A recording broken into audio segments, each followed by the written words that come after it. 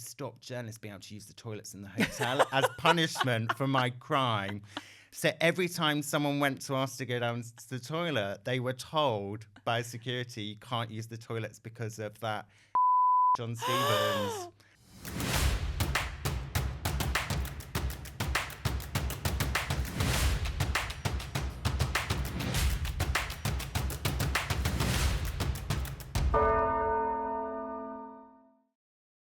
Sam, we've got news. Tell me more. Well, we're at that part of the campaign where it feels we maybe know all we can possibly know about the parties, their policies, and the people running to be Prime Minister.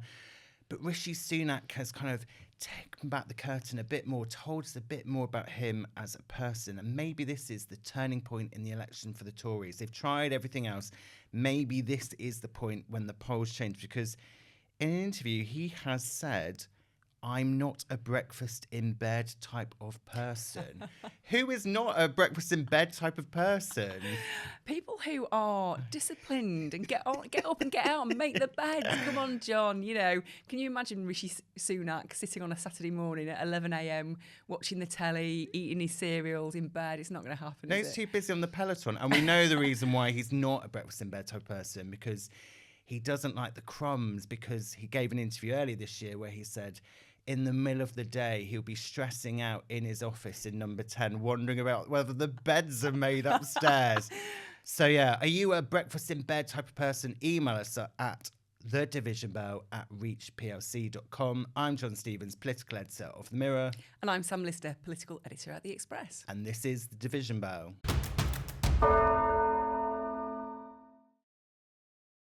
So, John, we have had a bit of life injected into this election campaign with the manifesto launch of the Reform Party.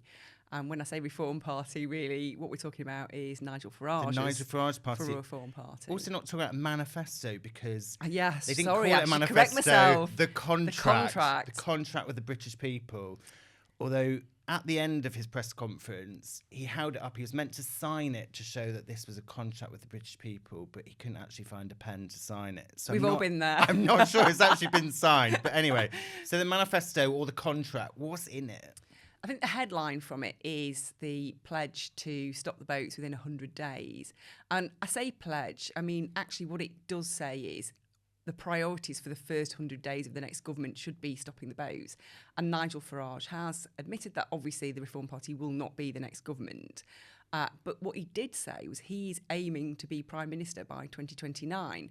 Now, he talked about how the party he wants to form a bridgehead, he called it, in Parliament. He wants to use this contract as a way to win over support in the country, build a kind of party in the Commons to be a credible force at the next election. I mean, he might want to be a credible force, but these policies aren't really a credible set of policies, are they? I mean, Rishi Sunak, his priority is meant to be stopping the boats, and it's been a lot longer than 100 days. That's not happened. And you look at some of the things he's promising in the manifesto. So I think they've said that they want to cut £50 billion of public spending, which seems a very round number. You looked at all of the numbers in the costing document, and they were all rounded to 10. So it just felt like something that had been made up on the back of an envelope. And not only does he want to cut public spending by £50 billion, he also wants to completely eliminate NHS waiting lists within the next 2 years. I mean, that's just not going to happen. Yeah, and I think they do concede that clearly, because they won't be the governing party. And actually, although he has talked about them now being the opposition, clearly they won't be the opposition, the official opposition in the next parliament. So I think it's more a vision of what the party stands for, its principles, its core ideology. Obviously, those things do chime with many voters.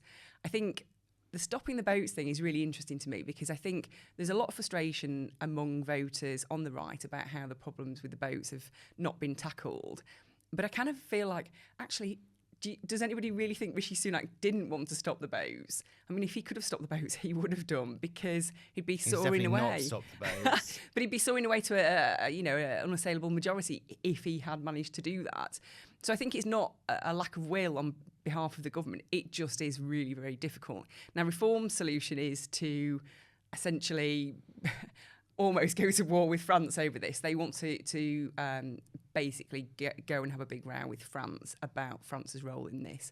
I don't know if that will really... It's not helpful. And it's really tricky for the Tories because you've got this party on one side saying eye-catching things that might appeal to people, but they will never have to deliver it. And Farage might say, oh, well, I don't want to have a manifesto because people think manifestos are lies. But he's just come up with loads of eye-catching things that will get attention.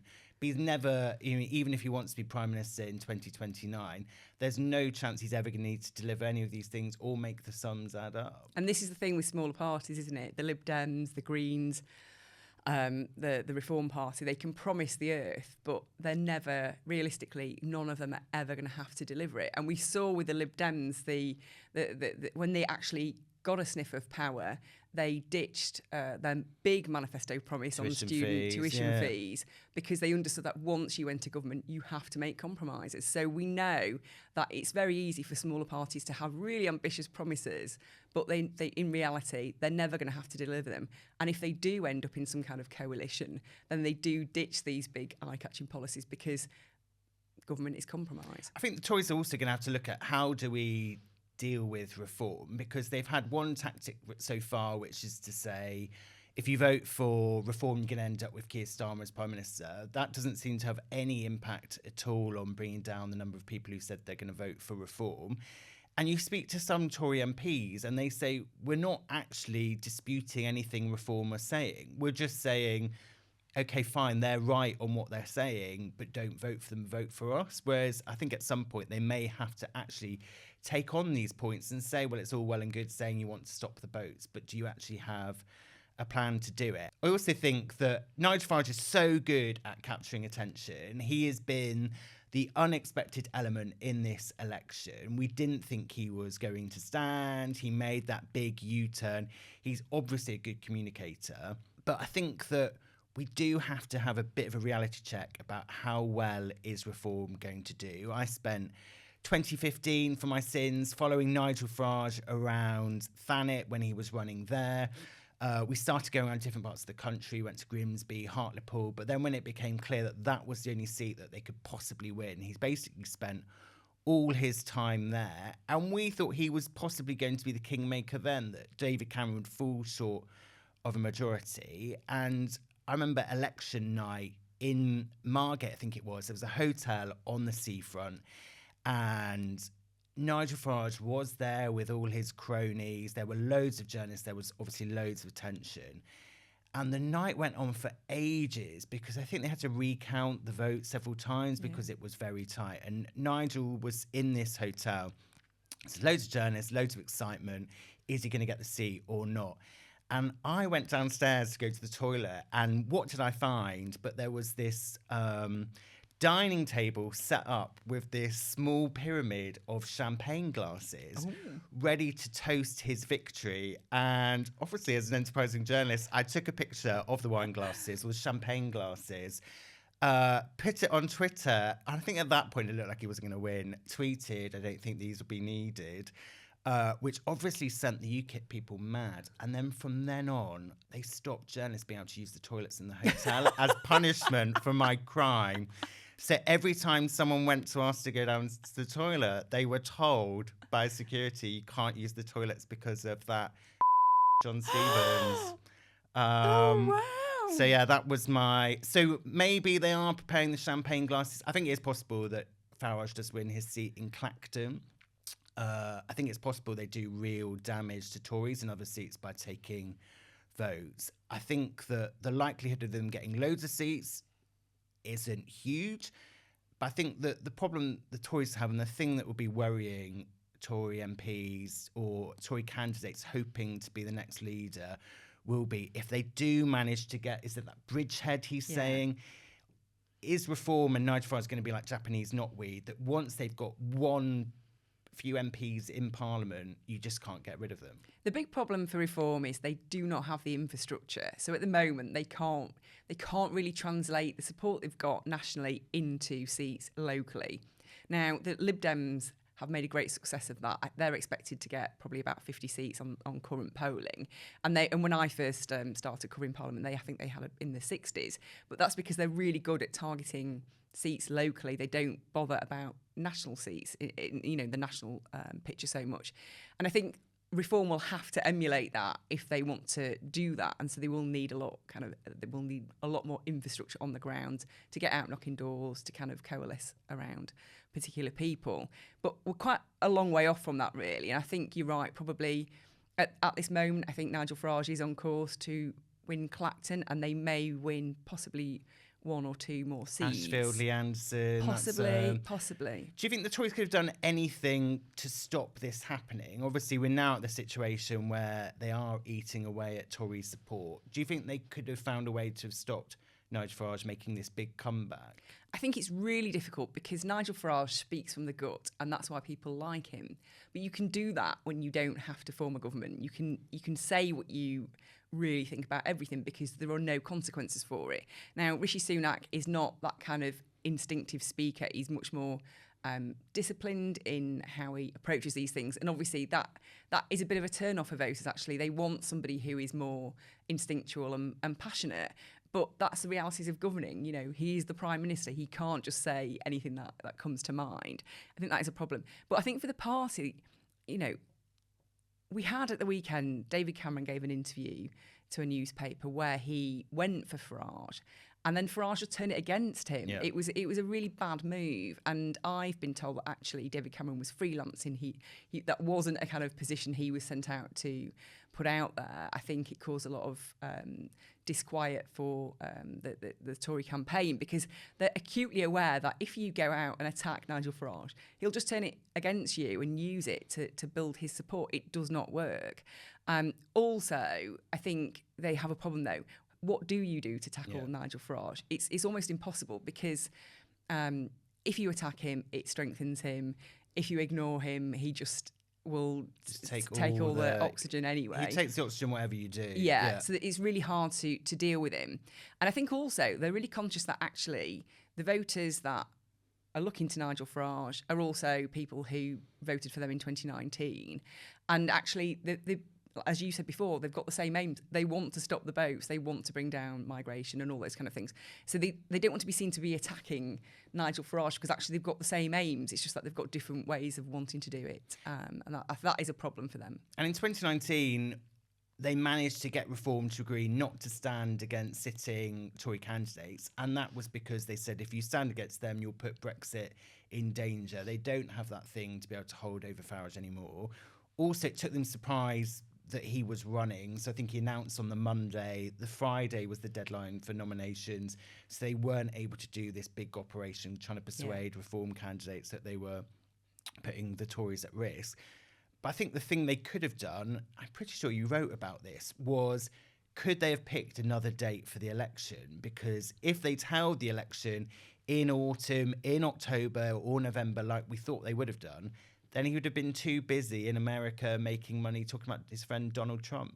Yeah, there's always been a big split at the top of the Conservative Party about how to deal with Nigel Farage and when to call the election. And we know that Isaac Levido, for example, he was absolutely set on an autumn election. There were other members in the team around the Prime Minister who said, actually, things are not going to get better. You need to just go now. We know the consequences of that. But I think the original thinking was that if you went in November, Nigel Farage would be out of the country. He would be helping his friend Donald Trump in America. And that would have neutralised this problem. We know that, although Richard Tice has actually managed to kind of make Reform quite a popular party, without Nigel Farage's day-to-day input, there was a limit to how far they could go. So I think the Conservatives did mess that up, really. They should have gone long. We know that. It's clear from what's been happening. But, only a Prime Minister can make that decision, and they have to they are the ones who lead it. They have to be happy with the decision that it's not a committee decision. Ultimately, it comes down to one person, and they have to go with their own kind of instinct on that. The one thing that has caught out Reform, though, is getting their candidates in place. And we have seen quite a few wrong-uns being exposed. There was the guy who'd said, Oh, there was the guy who praised the tactics of Hitler. Yeah. There was the guy who'd encouraged people at one point to vote BNP. Yeah. There has been a roll call of wrong-uns that they've got as candidates, and I think that is really tricky. And Farage has just said, well, it's just because it was a snap election. Yeah. We didn't have time to vet people. But I think there is something...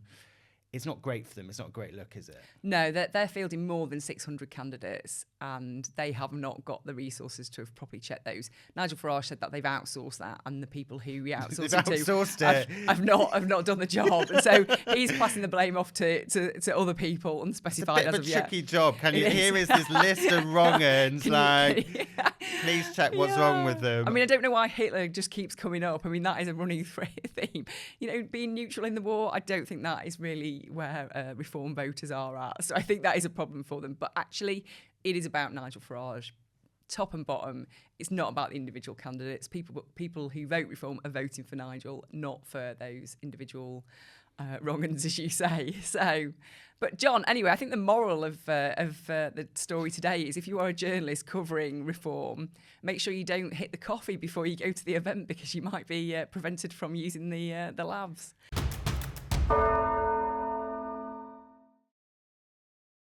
So, John, we were talking earlier about having breakfast in bed. Not together.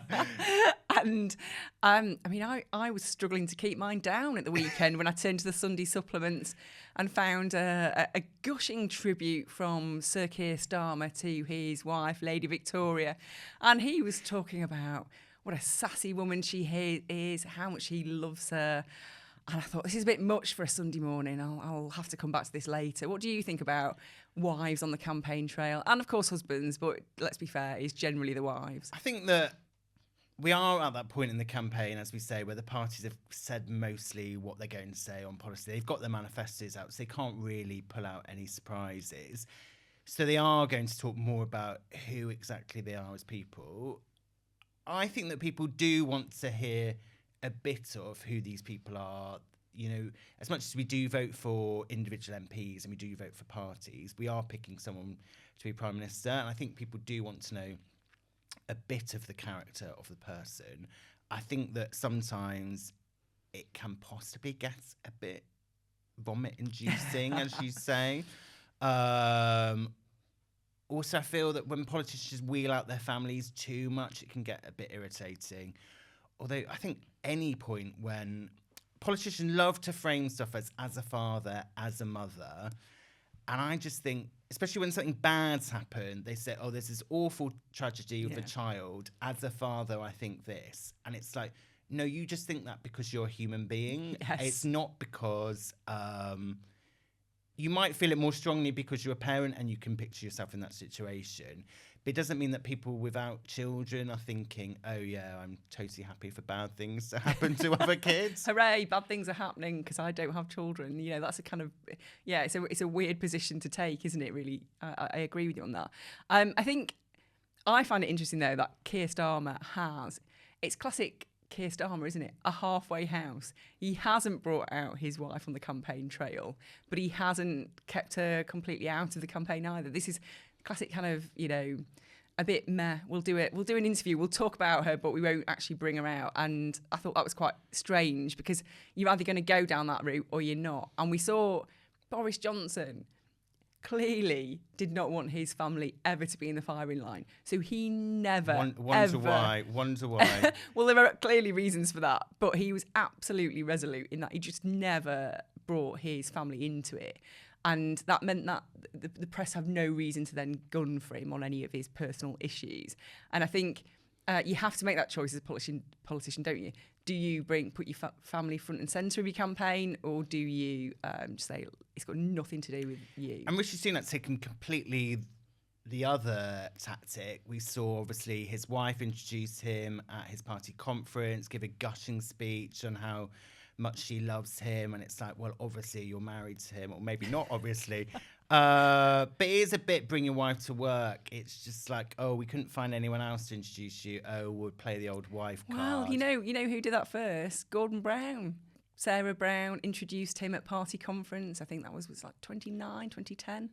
And yeah, at the time I thought that was quite an odd move, but clearly Rishi Sunak just thought, let's look to Gordon Brown. He's done it first. Let's go down that Also, route. I mean, I'm not being critical here. It is just an observation. But Rishi Sunak does seem to like wheeling out his kids. Any opportunity to put his kids in photos, which we haven't seen from any other Prime Minister. We saw Gordon Brown's when he left Number 10. We saw the kids for the first time when they left, just so they had one photo of them leaving Number 10. We saw Liz Truss's kids I mean, that must have been really hard for them as teenagers.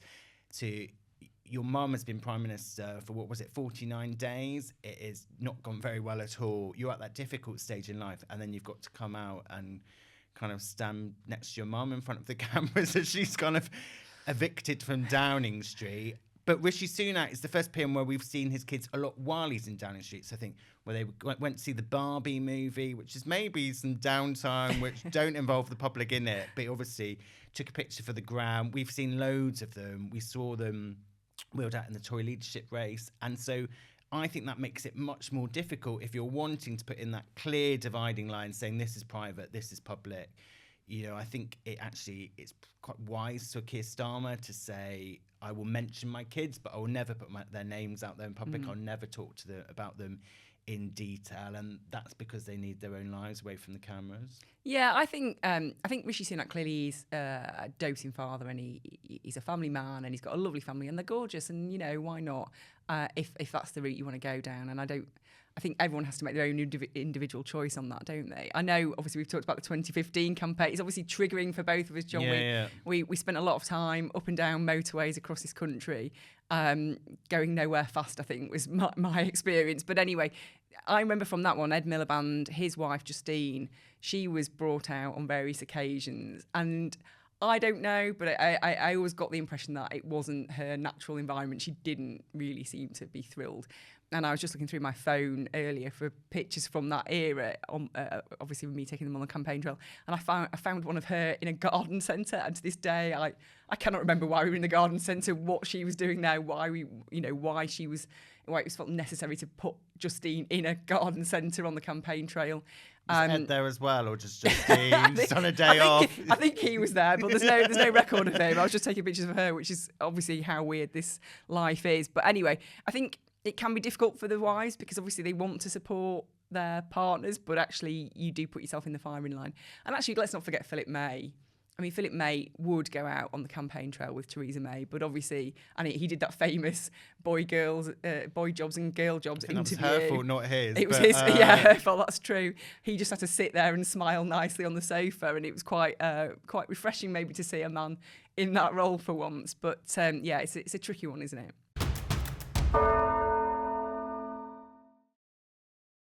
John, you've got a story about private schools. Tell us about that. You make it sound like it's not something that happens very often, but fine.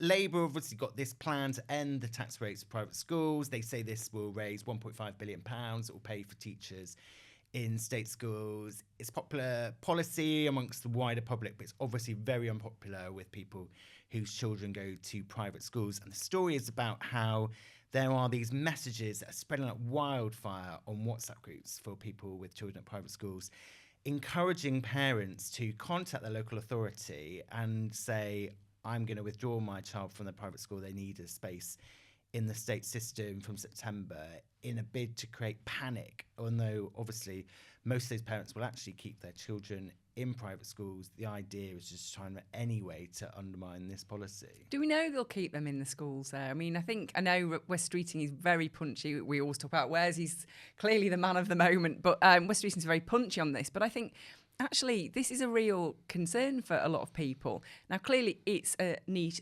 issue and Labour know that this is a good kind of class war row. But it is a tax on aspiration. Those hardworking families who've given up the holiday, got the old car because they can't afford to replace it, gone without the nice extras in life because they prioritise that, are going to be really struggling to meet those bills. I know people who are already struggling and they're having to kind of reconcile what they're going to do about their child's future. And I think particularly if you've got children who have extra needs, then often parents will look to private schools. I know it's not something such a minority of cases. The majority of people are just sending their kids to private school because they want them to do much better than other children. They want them to get kind of a route to these better jobs ahead of kids going to normal schools. But if that's parents' choice, what's wrong with that? They're already paying for... There's nothing wrong with that, but there's no reason why they should have a tax break on that. There's no reason why people who aren't well off pay VAT on all number of things. Why well-off parents shouldn't pay VAT on school fees? There's just not an argument for that. But why would Labour want to tax education? They're taxing education. It's not like they're taxing, our service or a good. It is education. That's surely a good thing to. And also, it does help ease the strains on the state system. And I think, actually, you say the well-off parents. A lot of these parents are really struggling. It's just a choice they've made in life. They prioritise that. And and all parents can make the decisions they want to make about their children's future. But if they've chosen to scrimp and save, and actually, I think people think, it's all like Eton and Winchester, which is obviously where Rishi Sunak went. It isn't. Most of these schools are, they are not like that. They're just kind of local. There's no evidence, though. This argument that you're going to end up with hundreds of thousands of children pouring into the state system, there isn't evidence for that because the private schools have ramped up their fees over and over again. I think since 2010, the fees have gone up 50%. Has there been a massive fall in the number of private school kids? No, there hasn't. Actually, they're at record numbers. They just keep going up and up. And so I do recognise that it might make life a bit tricky for some parents, this cost on top. But also, private schools don't have to actually charge this to parents. They could decide, well, maybe we don't need a new theatre for our posh students. Maybe we don't need a new swimming pool.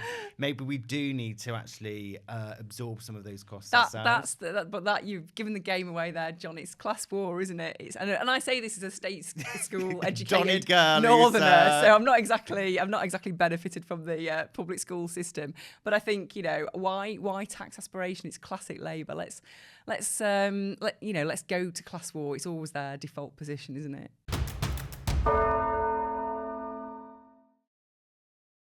John, what's your moment of the week? Well, for loads of Tory candidates, they are finding it quite difficult at the moment, but some of them have been boosted by videos on social media from a man who actually looks like he's been stuck on a desert island somewhere, doing a Man Friday impression. Boris Johnson, something looks slightly unshaven, some of the hair looks even more Boris-like than ever. Slightly bleary-eyed, looking into the camera, saying, I'm Boris Johnson, and you should vote for these... I can't do a Boris Johnson impression. You should vote for these candidates. And I just think, is that really going to be the thing that helps you? Is that going to win any votes? Yes. Or does it just remind people of all the bad things that came before? All the Boris bashers. Oh, yeah, blah, blah, Partygate. Oh, of course the Mirror's going to go on about Partygate. Yeah, I mean... Clearly, there was always a contingent who hated Boris Johnson. We know that. But a lot of people really miss him and miss a bit of that gusto, vim and vigour that he brings to...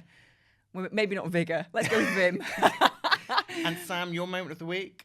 So my moment is Ed Davey. Again. Broken record, Sam. What's he done now to upset you? Well, it just really bothers me that he's getting away with larking around and not having to answer questions about his role in the post office scandal. And so actually on Sunday, he was confronted. Well, I say confronted. Actually, he was shown a video of Lee Castleton, who was one of the biggest victims of the post office scandal. He was played by Will Mellor in He the was, yeah. Anne Bates Yeah, that's what drama. people know him from that. And actually, there was a video played to Ed Davey. And Ed Davey, I thought, looked incredibly uncomfortable when he watched this because Lee Castleton, he could have gone in there all guns blazing. He didn't. What he said was, I think all this buffoonery is unhelpful. You've got to rebuild trust with voters, and this is not the way to do it. And I felt Ed Davey was squirming in his seat watching that. But I think there is a point there and people should be asking him about his role. So he is getting asked questions about it. So he's not just... I mean, he is larking around. One of my friends has got a bingo card with his wife on what will Ed Davey do next. So I think earlier this week we had him doing a wheelbarrow race. We had him on a beach making sandcastles. I mean, what will Ed Davey do next? Falconry, zorbing, go on the dodgems. So just looking at my friend's bingo card here. Archery, baking bread, bingo itself, donkey ride, skydiving. Maybe he'll do that next. Skydiving now. Who's going to follow him down? Which journalist is going to follow him down from that plane? Not you. Shouting about the post office scandal. Maybe I'll have to strap up. We'll be back on Thursday. Do email us, thedivisionbell@reachplc.com. You can find us on YouTube, Spotify, Apple Podcasts, and we would love to hear from you. Thanks very much. Thank you for listening. This is a Reach Studio production hosted by myself, John Stevens, and Sam Lister.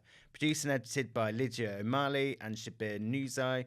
Our researcher is Sheila Mahmoodi, and designs have been done by Curtis Phillips-Cozier and Luke Stidson. Audio managed by Matt Millard and social content managed by Gully Burrows and Ed Washington. Content production and design overseen by Yara Silver, Harry Demonell and Spencer Robotham.